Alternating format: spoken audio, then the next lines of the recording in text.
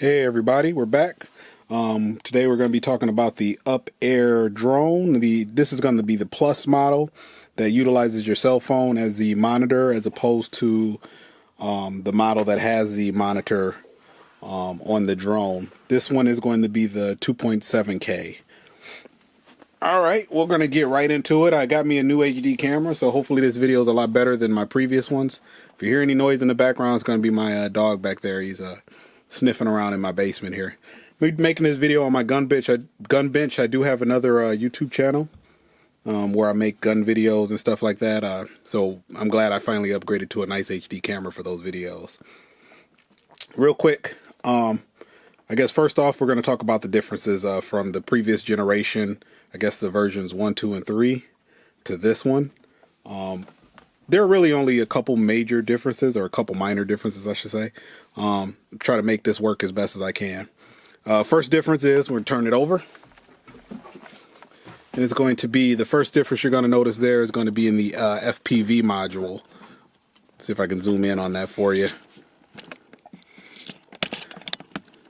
That FPV module is going to be a lot thicker. So the reason that is because this drone has Wi-Fi too, and it connects to your phone through Wi-Fi, not just FPV. The second identifiable difference that I've noticed on the outside of the drone, it's going to have a port on it. I'm not sure what this port is, but let's see if I can get you guys in. I'm going to try to zoom in on that port. There's that port I was talking about. It's going to be on the leg there. Not sure what it is. It's definitely not a USB port, as somebody else mentioned in another video, but I'm unaware of what this port does. So I'm sure the community will figure it out, and I'll just steal their ideas for whatever they do to make my drone a little bit better. The other differences in the drone are going to come in the remote. Again, I talked about it at the beginning of the video. This remote does not have a 7-inch monitor on it like the previous generations do. This one you use your phone with. So you put your phone in this little cradle, which we'll do here in a little bit. And that's how you see your video from your drone and all that, and control some of the features of the drone. Also, on the back of the controller, we have a USB port. That really only serves one function now. You can charge your phone with it. That's really it. It doesn't do what I believe it says in the manuals is with Android, you're supposed to connect your phone to that cable, and that's how the remote works with your phone. It's not true. This works without connecting that cable, as pointed out to me by another viewer of my channel, which I appreciate. But we're going to talk about that. Oh, the other difference on the remote control are going to be the antennas are different. They're more of a flattened out. I don't know how to describe this, but they're more flattened out now. If you guys can see that. Hopefully it's in focus for you guys to see, but just more of a little bit flattened out. My next purchase for this camera is a wider view angle lens. But you can see right there. They're just a little flatter. Those are really the only discernible differences I've seen from the videos of the previous generations to this one. But those differences do make a difference in how the drone operates. So I'm going to try to cover that today. All right.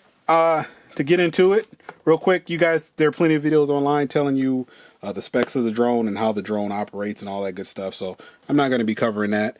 But I am going to demo a couple things. That's why I do have the propellers off of my drone, because I don't want it to take off on me on my bench here, because we're going to demo the auto takeoff feature. All right, first up, let me get my cell phone here. All right, like I said, this drone works through an app, which I'm going to demo the process of connecting to the app. And hopefully this helps everybody out. With this app, here, let me get it going. And I'm going to start it from scratch, so I'm going to kill the Wi-Fi password. So you could actually see me put in the password here too, for the first, like it's the first time you got it out the box. First thing you're going to do is turn on your drone, quick press, and long press. Drone's on. See the gimbal stabilizer. or the gimbal will come up to plane there. I guess the next thing you do is turn on your remote. Again, on the back of the remote, you're going to have a couple switches. You're going to have one switch, I'm sorry. And that switch, you're going to move it to the third position. Okay, third position turns on the turns it on so I can connect to your phone and do video too. The second position, the center position, just turns on the remote and it won't do video. At least that's how it used to be. I don't know if that's how this one works now or not, but I've only turned it on to the third position when I tried to fly it. So, oh, I guess there is another. I don't think this was on the other generations. Maybe it was, but this little box here to switch the channel of the signal of the remote, but that's still there too. If it wasn't on the previous generations, it's there now. All right, so we got your drone on. I'm going to try to do this in the screen for as best I can here for you. So first thing, you're going to come here, bring your phone up. First thing you're going to do is clear all this stuff out here for you.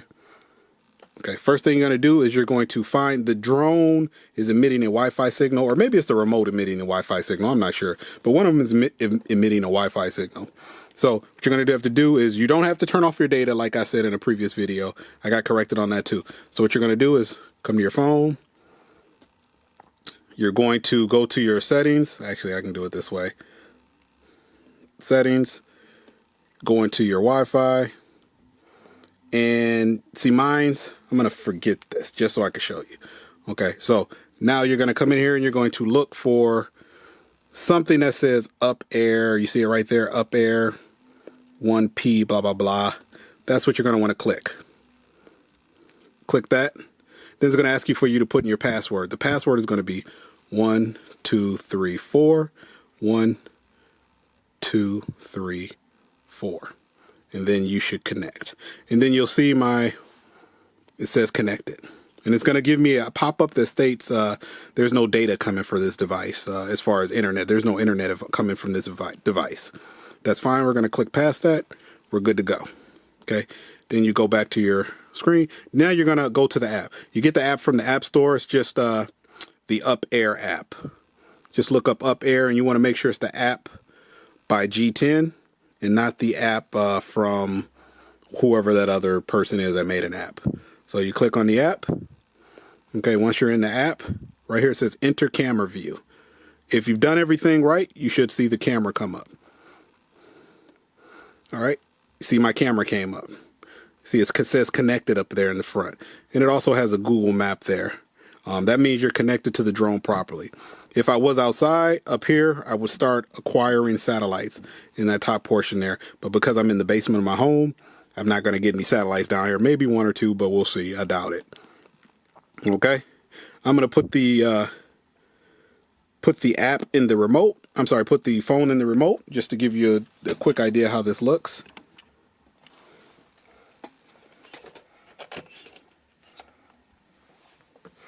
Okay.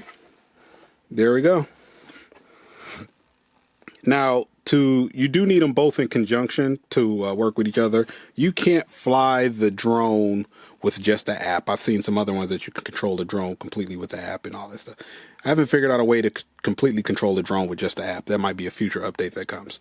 But I just wanted to show you this. Just for the sake of ease, I'm going to take the phone back out of this mount, and then we're going to go through the features without having it in this mount.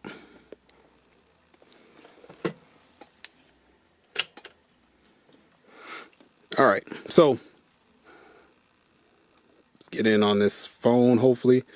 I do apologize. Let me see if I can make a better position on the bench here and get in there. So put my phone on the bench to make this a little more stable for you guys.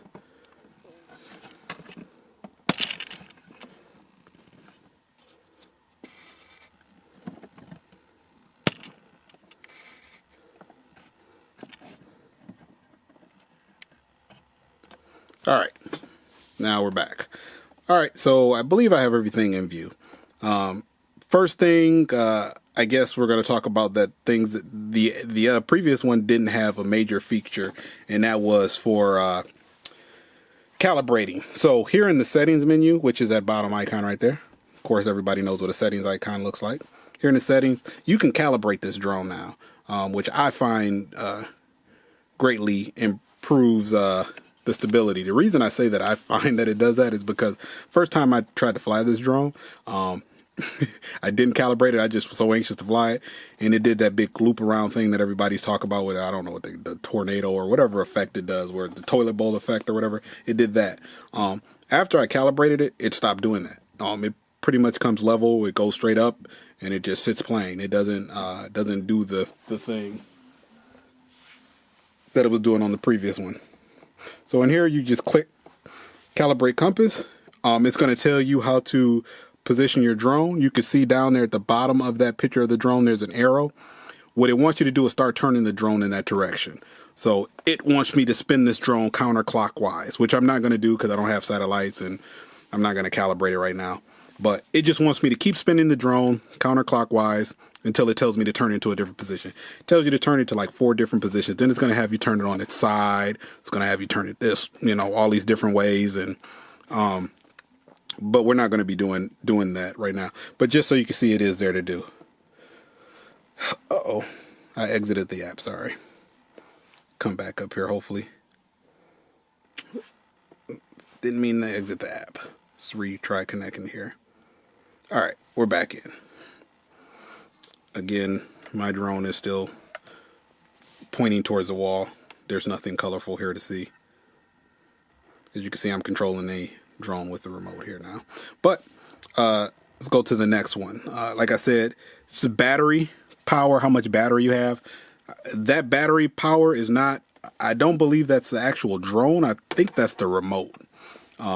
So I'm not 100% sure on that. Maybe some of the other guys can tell you. But I do think that's the remote and not the actual drone itself. This icon right here is going to be your GPS satellites. I believe this is height and distance, but I'm not 100% sure, so don't quote me on that. You have the icon to take a picture here. So if I wanted to snap a picture, I just would click this and tells me that the image is stored to the SD card that I have in the device. If I wanted to make a video, click video, it says start recording, it's recording. Same thing, stop recording. It doesn't have to be in the air to start the recording or stop the recording. Now there are 2 icons here. One I believe is the follow me mode, and one is the waypoints mode. So you can create the waypoints for the drone to follow, and it'll follow that path. But before that, I'm going to just show you. You got an icon right here. This is your auto takeoff, and when you take off, it's going to turn into an auto land. So I'm going to click it just to show you. Auto takeoff. It's going to ask you, do you want to take off? Are you clear? And are you in an area that allows you to take off? Which you can read there. We are. We don't have any propeller, so it's not going to go anywhere. And then take off. Okay. Now I'm going to shut it down. Once it's actually up in the air, that icon would change and it would display a land icon, which is auto land. One thing that I kind of messed up on the first time, I almost ended up putting my drone in a tree. That's not return to home. That's just auto land. So if you click that and you land, that drone's going to land wherever it's at. Okay. Return to home is actually going to be on the remote, and we'll discuss that in a second. It's part of the features of the remote. So that will land you wherever that drone's hovering above. It won't return to home then land. It'll just land. Let's see here. We'll click these icons. I can't remember which one is which. This one is the follow me mode. Okay. So now the drone, if it was in the air and flying, this icon right here I just clicked, that's your follow me mode. So the drone would actually follow you based on the position of your phone and your remote. I don't know which one is tracking, but I'm going to assume it's tracking the remote. And it's just going to follow you around. I haven't tested that feature yet. I believe there's another guy on YouTube that has tested that feature, and it worked pretty well for him. And I believe this last one is the flight route planning. Like I talked about, the waypoints. We're not going to bother with that. You can do that if you want to. I'll probably never use that feature because I'm never going to just let my drone go off by itself and not be monitoring where it's at. So that's just me. So just to give you a quick recap, The way you downloaded the app and you connect with the remote, it should be identical for either Android or iPhone. Should not make a difference. You should do it the same way and it should work exactly the same way. Same passwords. Get the app from the App Store or from the Play Store, depending on which manufacturer you have. And that should be good to go. Everything, as you can see, like I said with this, everything's pretty lag free. As best I can determine, it's not that much lag in there. When that moves on the when the actual gimbal on the device moves, the picture moves on the phone, which is actually pretty good. So we'll just bring that up to level. So now I'm gonna back out here a little bit, and I'm gonna try to get you guys a quick view of the remote here, just so you can see how things work.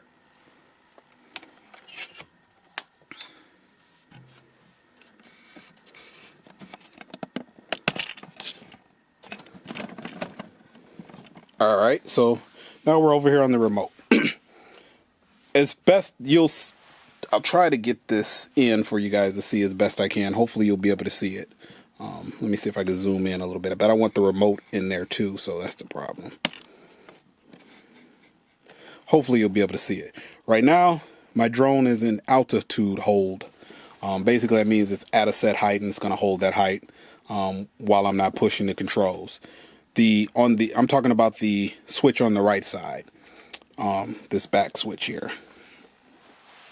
Next one should be GPS hold. Even though it says position hold on the screen, you see it changed up here in the top. Should see it in the top corner of the screen there. Hopefully that's visible to you. But that's GPS hold. And I believe the third position, which is all the way down, is headless mode. So it flies. And you have to fully control it. So you got three positions. You got altitude hold, which is the furthest up position. You got position hold, which is your next position down. Turn this a little bit, maybe a bit. Your middle position. And then you got headless mode. Okay. Over here, you only have on the other side of the left side of the remote. This one basically only just brings it back home. It's fly and return to home. So when you click this down like this on the screen, your drone should return to home. Again, not really a feature I've tried. I'm going to try it one day here pretty soon, but that is your return to home feature. You only got 2 clicks on here. On the back side of the remote, just to show you. Let's see if I can get this out the way here. On the back side of the remote, excuse my G20 camera, my V20 camera there, it broke like a lot of other people have. Don't buy a V20, it's garbage. So let me reposition this camera. This right here, this knob or this twister or whatever, dial I guess is the best way to call it. What that does is that controls the up and down of the camera. It's only up and down, it doesn't go side to side, but you'll probably hear the camera move on so that's all it does. I don't know if you can see it over there. I'll do it again and try to get you guys to see the camera moving down there and moving back up. That's what that portion controls. And you have 2 buttons. One is the start video recording, which is the bottom one, I believe. It's hard to see. Yep, the bottom one is video record. So you can either do it on your screen, which is what I always do, or you can hit this bottom one right here, which is video record, and the top one takes a picture. Okay? That's pretty much it. So, like I said, I wanted to make a quick, simple video. Hopefully this helps some of you guys out. If you have any more questions about anything, feel free to drop me a comment. I'm generally pretty good at responding to my comments. Like I said, I'm trying to keep it shorter for you guys, so this is already 20 minutes. So hopefully that's better. Sorry for the other poor quality videos, and hopefully I clarified a couple things that I messed up in the other ones. All right, guys, have a good night.